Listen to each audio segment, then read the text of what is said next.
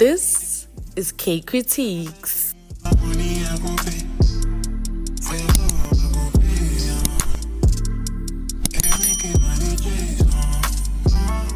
Hello everybody and welcome to another episode of Kay Kritiques, where we discuss all things South African television.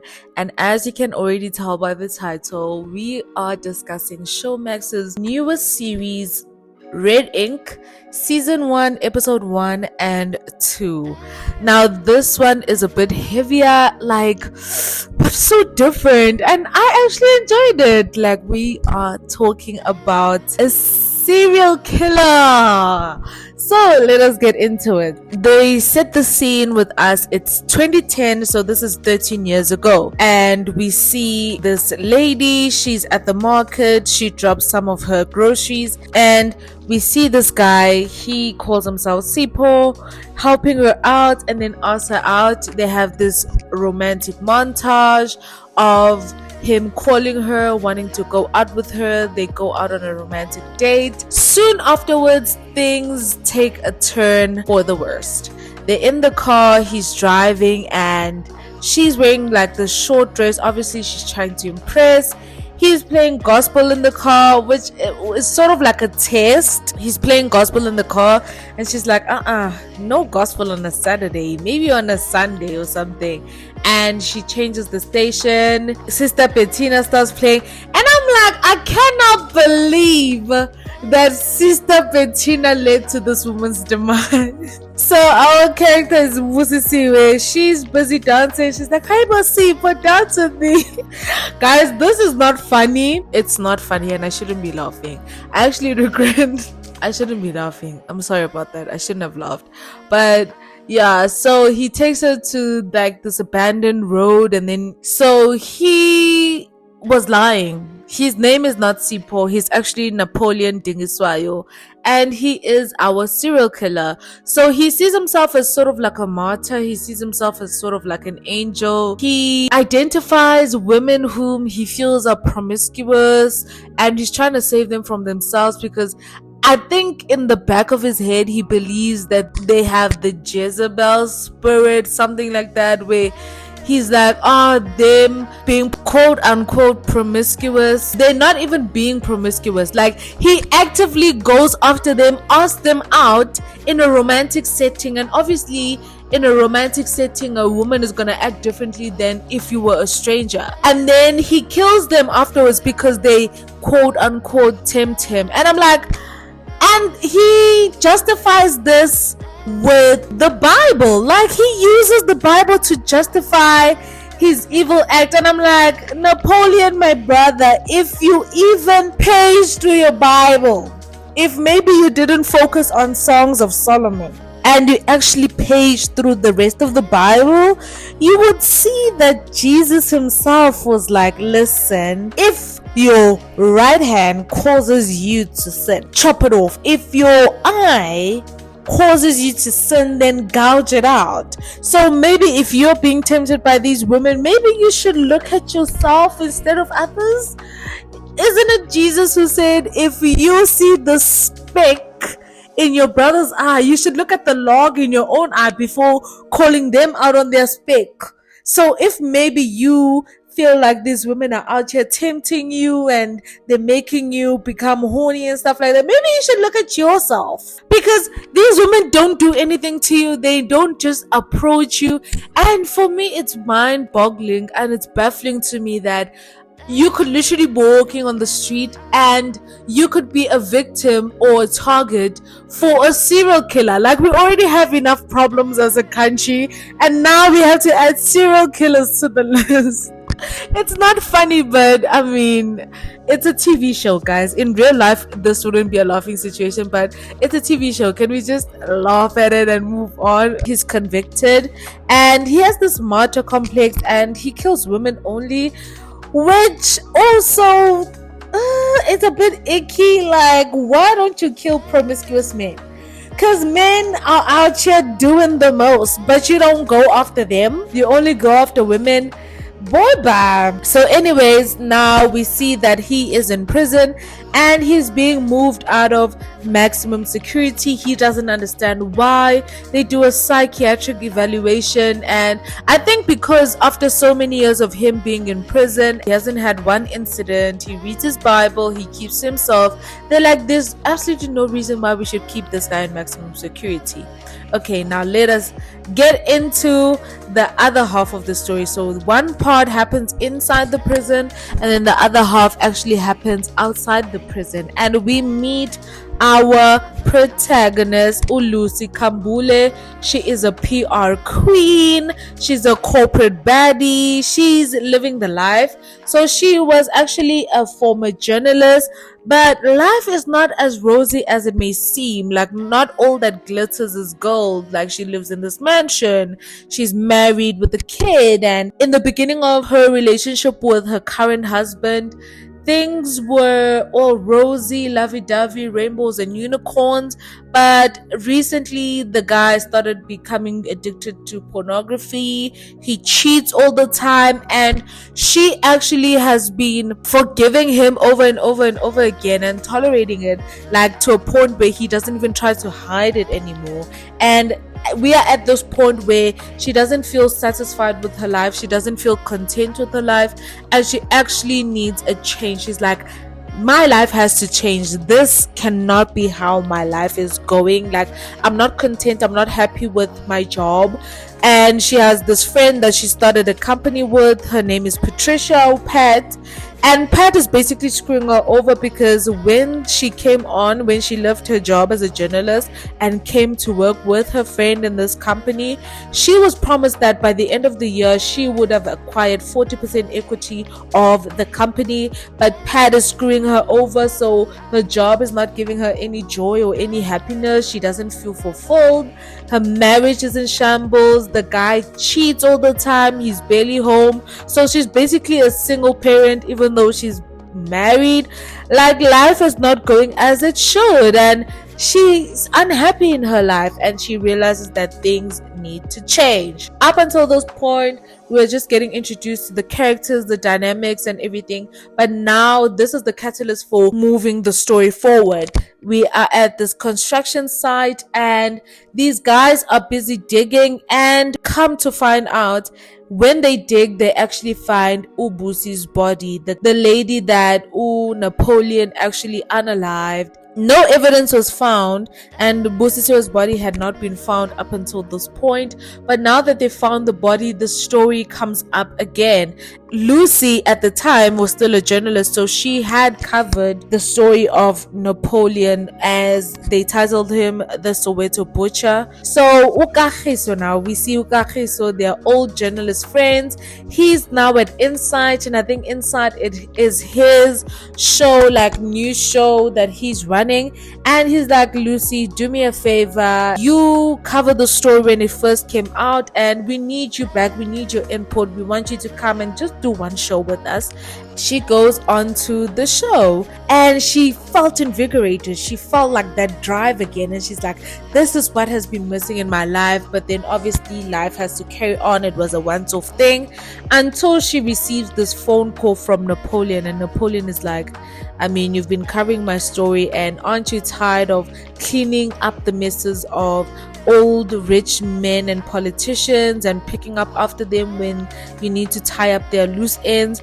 I want you to come and see me, and we can discuss everything when you get here. Obviously she's interested, her interest is piqued, but at the same time it's like, why would I go to a prison to meet up with a serial killer? On this other hand, now we have our detective Charlotte. She was the one who discovered Busisi's body, and she just knows 100%, she's 100% sure it is Napoleon's doing. She goes to confront him, and we actually see how dangerous this guy is. He attacks her and is like, oh, as soon as I get out of here, I'm gonna come and I'm gonna sleep with you, and then I'm gonna butcher you and slice your throat. And it was so disgusting, man. It was actually scary. Bonko Khoza, scary stuff, man. One thing about Bonko Khoza, he will kill a character. Like, if I see Bonko Khoza on the street, I'm turning and running the other way. So anyway, Lucy actually ends up agreeing to go and meet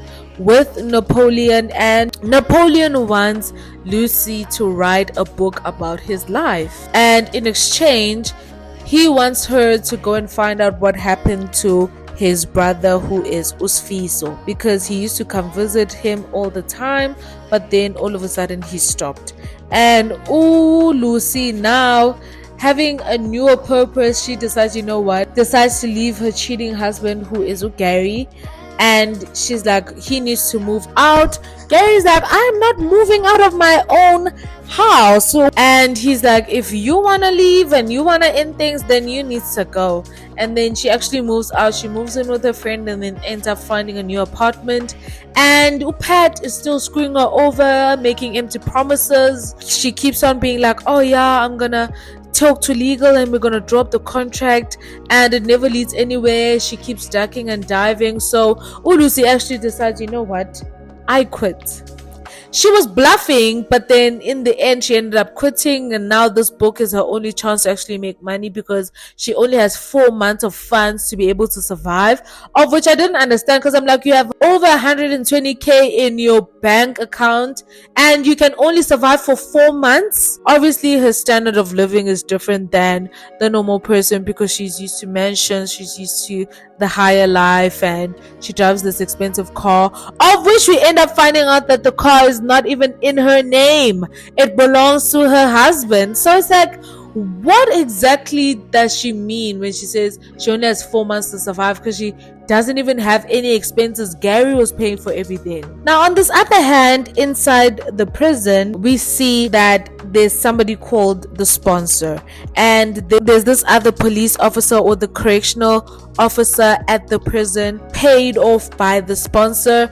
And Napoleon goes to Davy, his name is Davy, and is like, Davy, why am I in Gen Pop? Why am I no longer in the maximum security? Why am I in the general population? And then he's like, listen, I don't know, but I am going to talk to the sponsor for you and find out what's going on. We actually find out that the sponsor actually wants to kill Napoleon. We don't know why. Like, you've been protecting this person for the longest time, then all of a sudden now you want to kill them. What changed? Like, what happened? And there's this other gang inside the prison, and we see the leader of the gang, Bones Matambo, goes and is sent on a mission to go and kill Napoleon while he's in the showers. Obviously Napoleon ends up killing him. And then we also meet Goliath, played by Abdul Khoza. Abdul Khoza is such a versatile actor. He can play different characters. He's not only a one-trick pony, like he can do a whole lot more, and he's very versatile. So big ups to him. So now he's playing Goliath. I mean, Goliath was a giant, but then this guy is short and he has a squeaky voice. It's almost like an oxymoron of sorts.